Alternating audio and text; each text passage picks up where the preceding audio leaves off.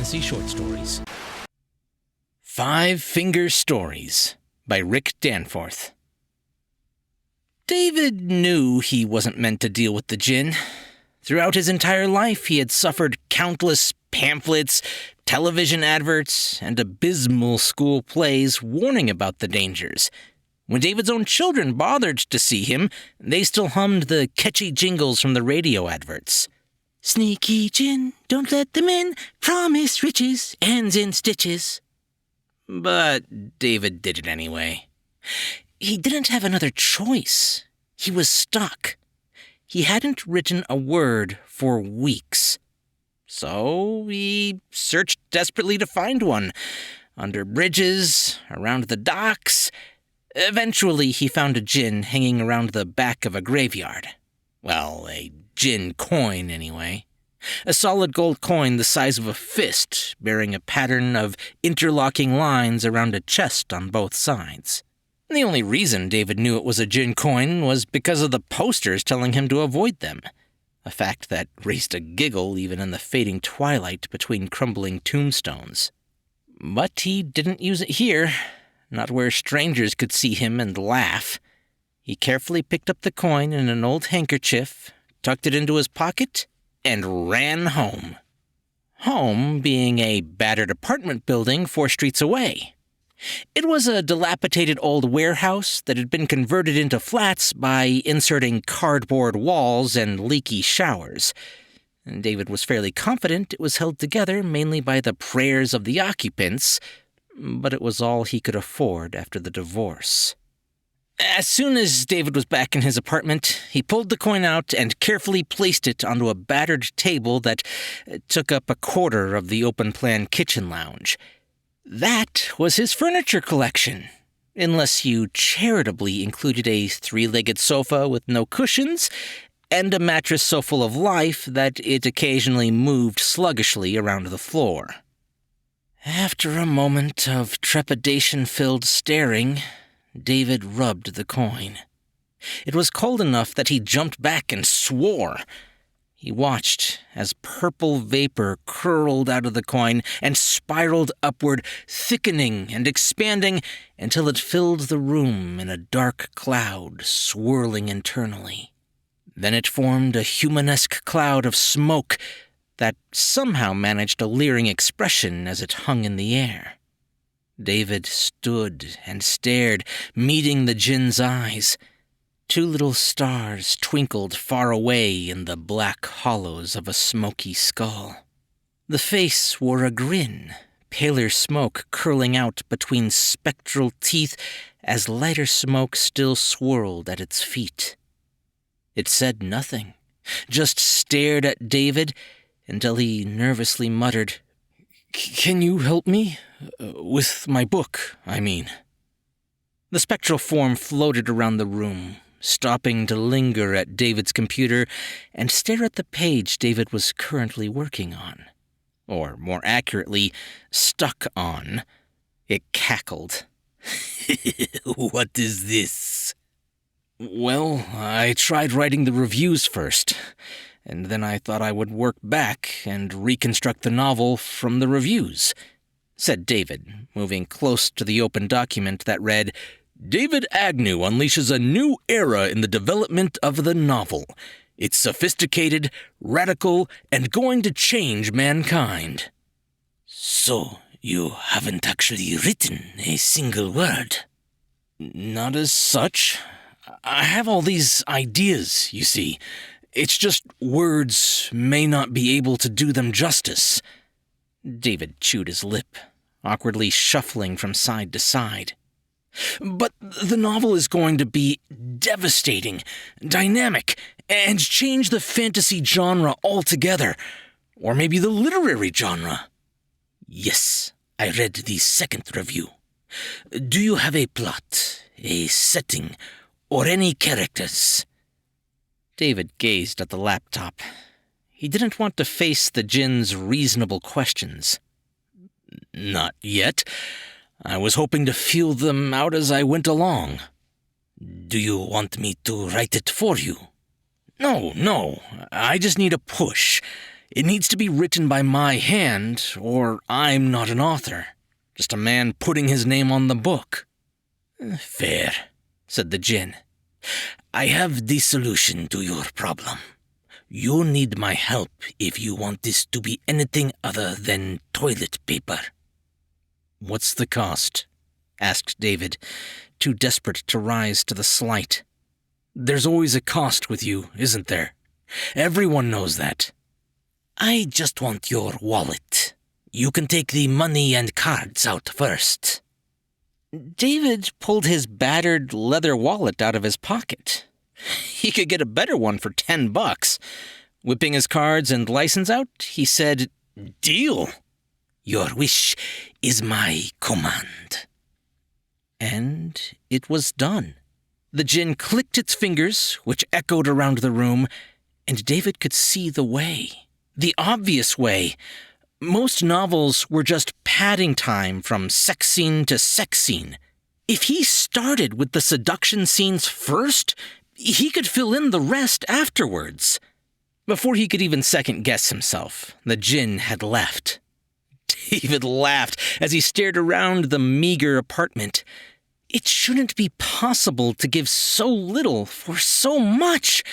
It felt like winning the lottery on his first attempt. He was the rare case who got exactly what they wanted. Before he knew it, 5 pages of the book were written. David couldn't believe his work.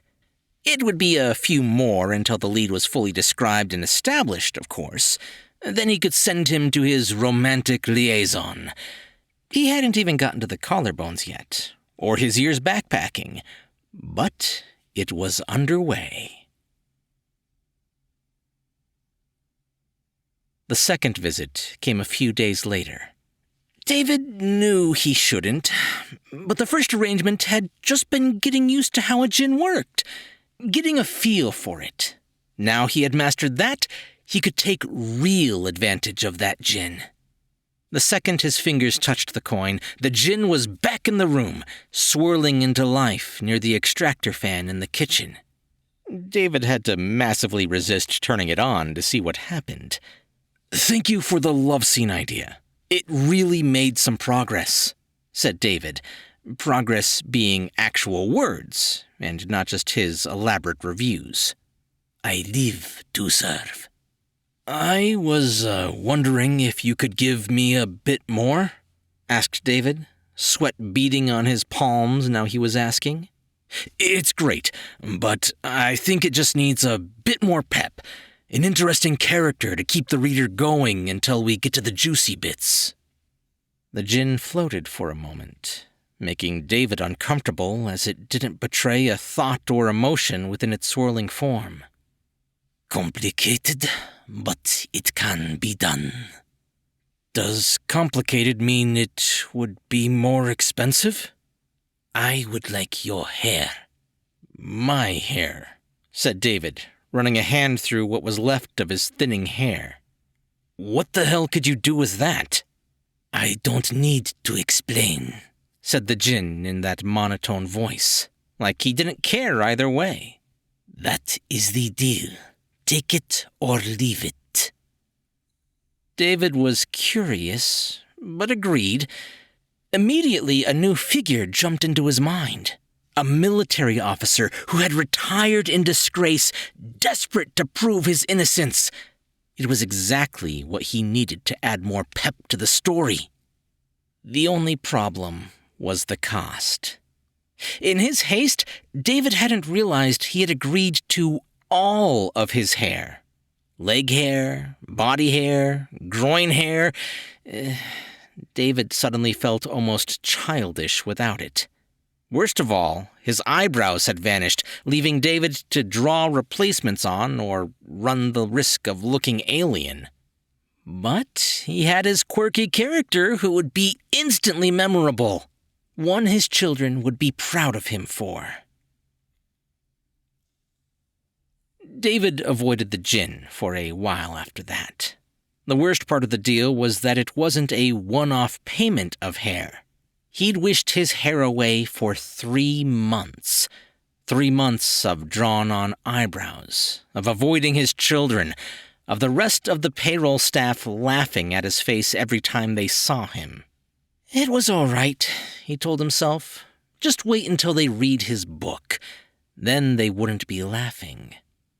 But then David got stuck again. He needed the reader to realize the fictional city of Nodnall was a thriving metropolis that had been properly planned out. So he added 3 chapters of city descriptions. That amounted to 9 full chapters of the now titled Adam Unparadised. But he didn't know where to go next. Something important was clearly needed, but David couldn't quite put his finger on it. Before he knew it, he found himself summoning the Djinn again. "I need help. It's missing something." "I have what you want," said the Djinn with a knowing nod. "But I want your bedroom." "As in you'll leave with it?" asked David, his brow furrowing in confusion. "The rest of my flat would be freezing." The Djinn smiled, like David was a good puppy who had learned a trick. "I want to live in it. I want the bed, your duvet, your comforters." David bit his lip. He knew it was stupid. He knew it was too much. And more importantly, he knew the answer before he asked the question, "For how long?" "Until you die." The Djinn didn't try to sell him on it, just stated it. David paused. He weighed the cost of what he needed against what he was giving. He'd sworn that he would never go back to the Djinn, the smirking creature of purple smoke. He was a writer. He knew that. A man who understood that high-level literature called for sacrifice, hard work, and isolation. But the book had stalled, and he was only a writer, not an author. The difference was selling a book. David was horribly aware of how much he needed that. That physical book in a shop he could show his children and finally upstage his ex-wife's Range Rover. "I just need something to change this chapter from mundane to exciting. It's vital to the backstory to truly understand why picking apples affected the main character's brother so much. But I need to spice it up fast. It has to be good, though." The Djinn lingered in the air for a moment, as if it could sense David's mix of desperation and fear. "How about suddenly a shot rang out? Always a safe bet." I think I require something more complex," said David proudly, realizing he was the one in full control of the transaction. The Djinn didn't skip a beat. "And that," said Von Chattington, "was when we discovered the truth." "Could you be any more vague?" asked David, chuckling. He stopped when he saw a flicker of movement around the smoke of the Djinn's face, realizing he may have stepped too far. "I was looking for something a bit more plot-driven." "How about the arrival of a distant and extremely eccentric uncle upsetting the delicate balance of the ordered household?" "That sounds perfect." "The bedroom is my price." "Does he come with a complete backstory?" asked David, trying to hide his excitement. "Of course, fully fleshed out." "Deal," said David, without a second's pause. Great Uncle Arthur appeared on the page in front of him behind a swirling, colored mist, and then David got back to the important task of writing. Whenever David left his flat, he pictured the Djinn lounging around it. A spectral cloud somehow making itself at home in his bed, on his sofa, and, for some reason, eating his snacks. David suspected the Djinn didn't even need to eat anything, that it was only toying with him. But he couldn't complain. That was part of the agreement. as was his lower back pain from sleeping on the sofa. He didn't want to bring his daughter home. Instead, he met her at a run-down diner just down the road. She sat upright, elbows tight, as if trying to minimize what she had to touch amongst the cheap Formica tables and peeling leather benches. "Dad, this isn't healthy. We had to watch videos about them at school. They trick you in with gateway wishes. Then there's less wishes and more price. And then nothing, but you're paying every day. They end up taking everything." "Probably the same videos I watched at school," said David, forcing a smile. "Ends in stitches and all that." "Then you should know better," said Mina, fixing a colder glare than the Djinn could dream of. "I don't think I've heard of anyone dumb enough to use a Djinn outside of trashy news articles like, 'My husband traded a kidney to clean the garage.'" "You will have done, just nobody admits to it," said David on autopilot, parroting what he told himself every night before bed. "It's how everyone gets ahead nowadays." "Of course it is," said Mina patiently. "Which is why I'm studying so hard for my master's degree. No one needs degrees when you can have djinns." "I'm sure plenty get their master's degree via djinn," said David after a long pause. Mina's only reply was a frown. But David wasn't sure if that meant she accepted his argument or just couldn't be bothered to argue with him. "I need to go, Dad." "So soon?" asked David, trying to keep the desperation from his voice. She only visited once a month, more dutiful than loving. But at least she came, unlike her younger brother who never had time, or any of David's friends who had all turned out to be his ex-wife's friends after the divorce came through. "Yes, I have to read the latest Abercrombie for my book club." Mina paused. "Just take care of yourself, Father. Have a bit of fun, but make sure you keep your job, pay the bills, do the bare essentials." "I will," said David. He watched her leave the diner and sighed loudly enough that another patron glared at him. If he was successful, Mina would have stayed, would have respected him instead of treating him like a charity case. He held on to that thought until they got home to the Djinn watching Judge Judy reruns on the sofa. "I need more." "A missing consignment of Nazi gold?" offered the Djinn, its eyes not moving from the television. "What the hell would Nazi gold be doing in my urban fantasy novel set in London?" demanded David. "I mean, Nodnal." "A corrupt chief of police and an escaped homicidal lunatic." "That could work." "All I need is your tolerance to shellfish." "Fine." David didn't even spare it a second thought before he lost the ability to eat shellfish. It's not like he had the money to eat such things, unless McDonald's brought lobster rolls out. He hadn't eaten shellfish since Mina's 21st birthday. After the book sold, he'd buy her lobster to impress her. She'd love that. He'd just order steak instead now, which was nearly as good. David quit his job. 40 hours a week was taking far too much time away from his masterpiece. "I couldn't become a hero, so I reluctantly decided to get a job." Instead, he picked up 15 hours a week in the diner, just enough to pay his rent and bills for the month. Unfortunately, he'd forgotten to budget for anything else. Literally anything else. And by an interesting twist of fate, his computer chose that month to die. He rubbed the coin. "I need a computer." "A good one?" "No, just the same as I had." David paused for a minute before adding quickly, "Except brand new and it works. If you could guarantee it will work for 3 years, that would be best." "I want your degree." "What?" David frowned. "Like the certificate?" "No, I want it. Its essence will be removed forever. David paused.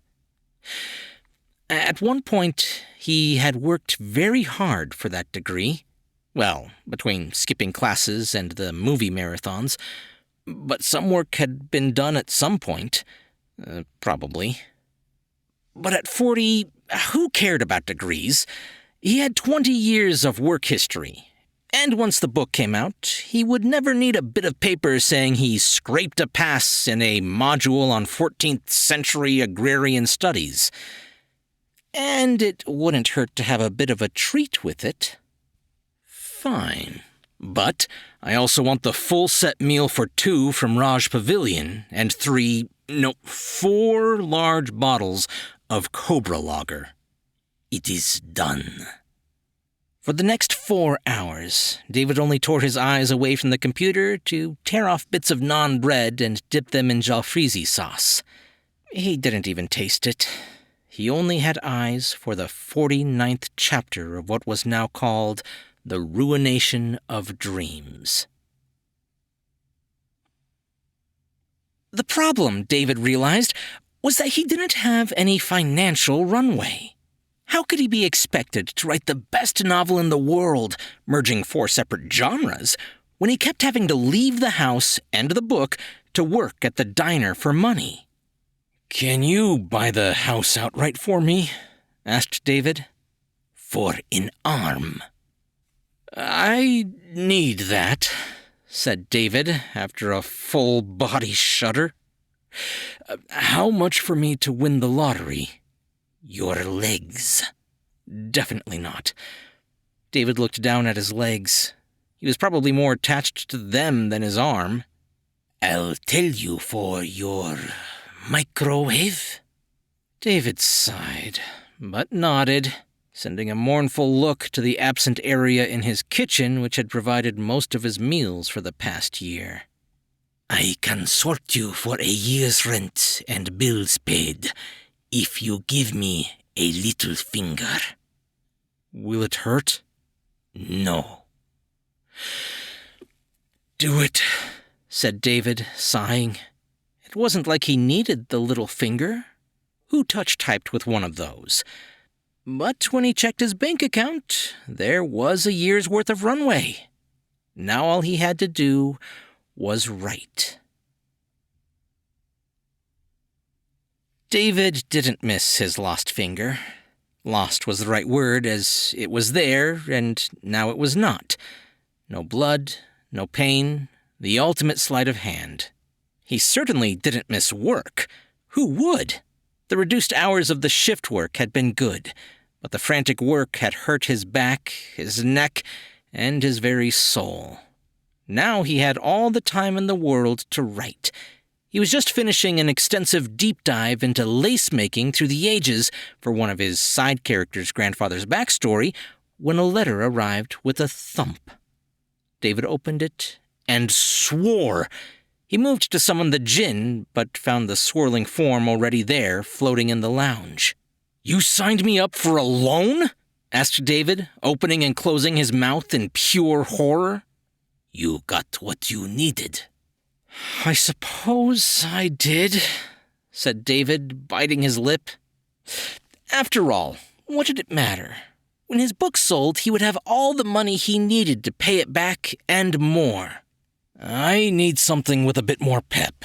I think it's getting a bit boring, and I need to liven it up between the rounds of coffee drinking in their childhood home overlooking the cliffs their father died on." "I could do you a head in a bag." "A head in a bag?" asked David with a scoff. "But not just any head in a bag. This one has an intriguing tattoo on her neck. You can discover it in a skip outside an office in the freezer. The possibilities are endless." David's eyes flashed excitedly. It was exactly what his book needed. "How much?" "Your other little finger." "Agreed," said David. It's not like he missed the other one. It was effectively useless. At least now he was symmetrical again. Eventually, Mina twigged that David wasn't going to work. Perhaps due to him saying any time was fine. Perhaps she had been to the diner, but she didn't let on. Instead, she had arranged a second trip this month. And in David's excitement, he didn't realize she had taken him to a Djinn support group until he saw the banner in the little church hall with a collection of chairs.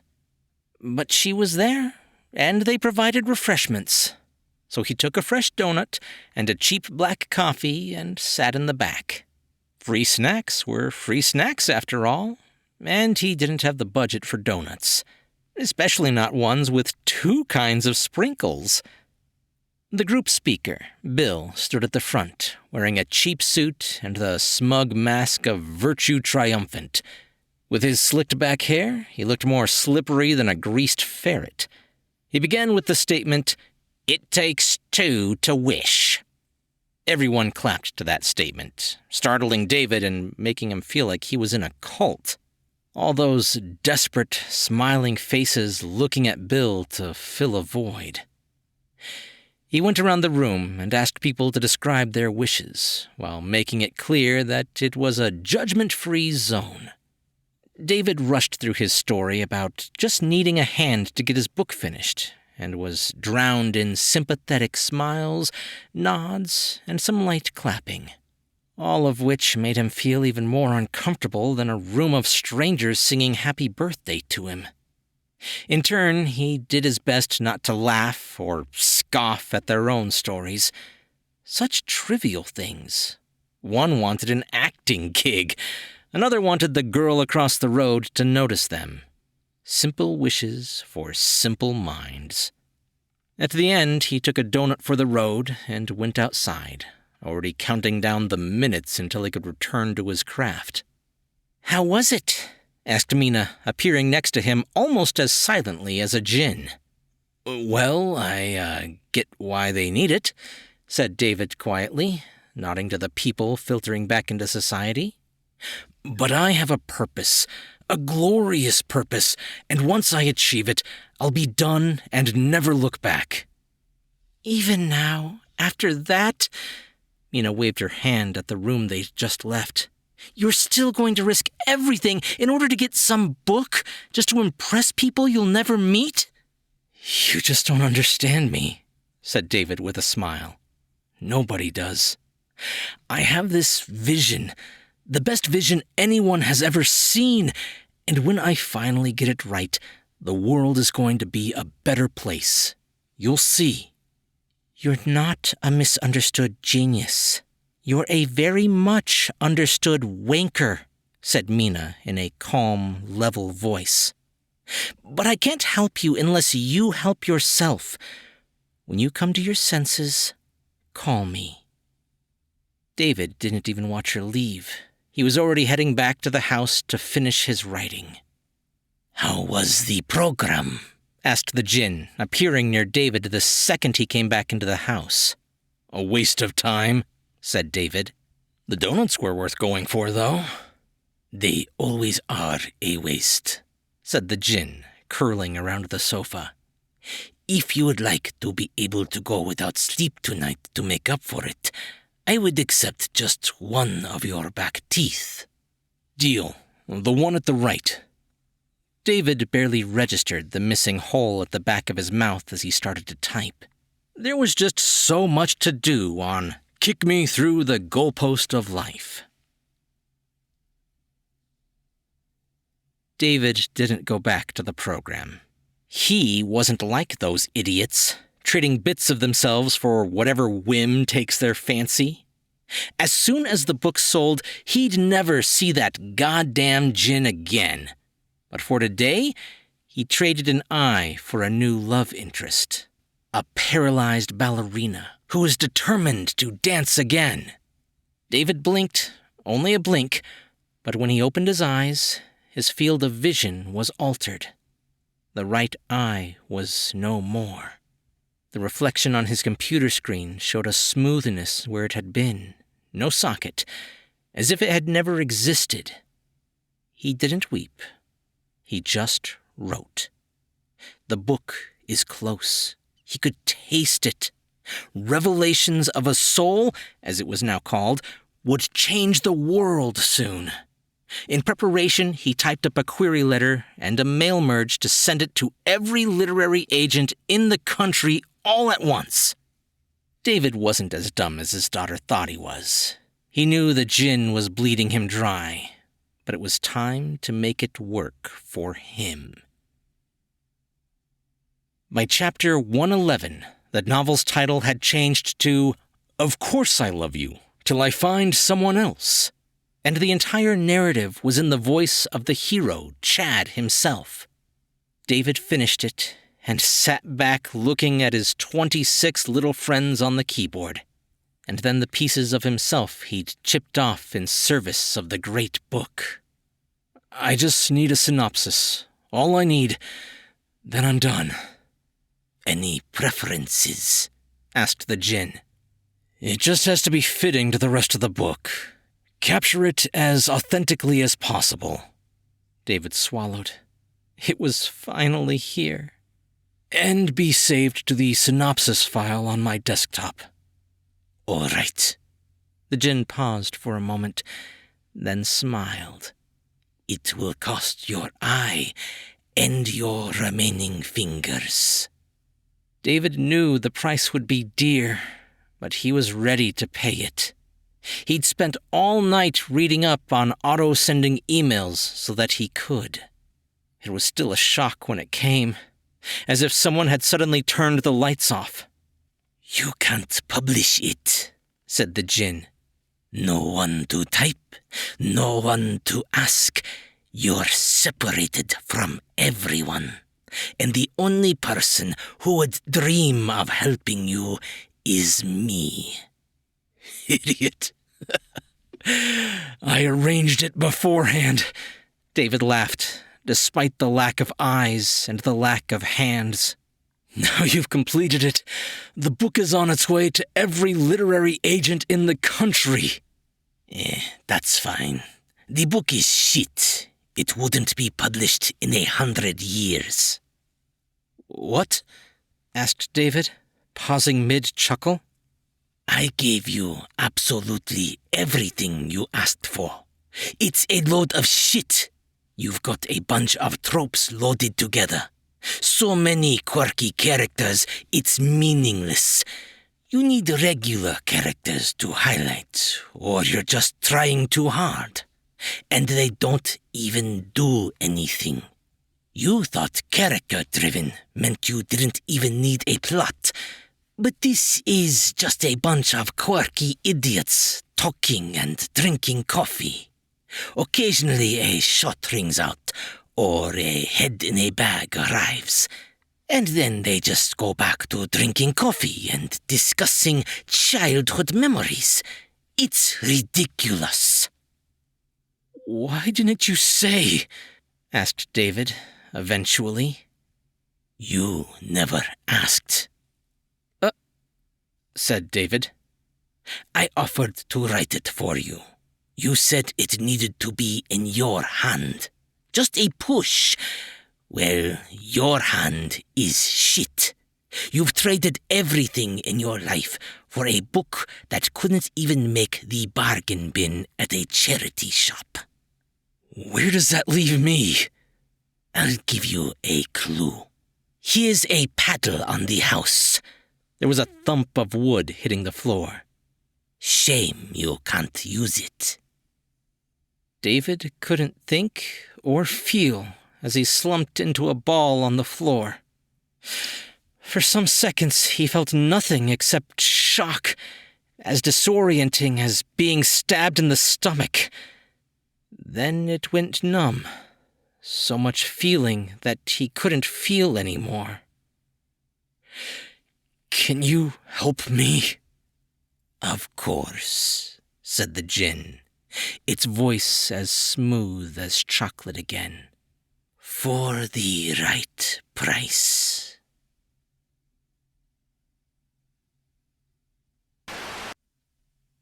Rick Danforth is an author from Yorkshire, England, where he works as a systems architect to fund his writing habit. His short fiction can be found in Hexagon, Translunar Traveler's Lounge, and many other places. 3 of his short stories have been shortlisted for the BSFA Awards. He one day hopes to introduce himself as an author without feeling awkward about it. Hey guys, I hope you enjoyed that story. This one hit a little close to home. The addiction aspect of it I thought was brilliantly done. I've had people in my life who have suffered and even passed away from addiction, and Rick did a great job with that. But it was the struggle of the writer that really got me. I've got one friend in particular who has been trying to write a novel for almost 2 decades. Not saying that I don't procrastinate or change ideas or, whatever either, but his work has changed so many times that from when it started to where it is now, there's probably been 18 different versions of it, each one a different book, a different series. It's a real thing that authors struggle with. And I'm not picking on my friend. He's an amazing writer. I love his work. But a lot of writers cannot commit to one thing, and it keeps changing as they just play with the world, and they have to have the perfect product the first time.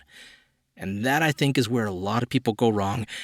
Do what you can now, because you'll get better at it. Not everyone can be Patrick Rothfuss and nail it on the first try. And his took, I believe, 10 years for that first novel. Imagine if he had put out a novel a year for those 10 years. Yeah, the first one would kind of be iffy. Most authors' first novel is. But would it actually be that much worse? That's just my opinion, though. And I know that I have a lot of writers in my audience. So if this hit home, I'm sorry. It made me laugh because I've been there myself. It is a real struggle. Anyway, in other news, I am headed into the eye doctor again tomorrow for my second surgery, so there may or may not be a story on Friday. But hopefully this one just fixes my vision and now I can see. But we'll see how it goes. I will let you guys know. Anyway, if you enjoyed this story, be sure to leave a thumbs up and a comment if you're on YouTube. Or if you're listening to the podcast version, just be sure to subscribe for more brand new short stories. I'm Chris Herron, and that's it for today's Tall Tale TV.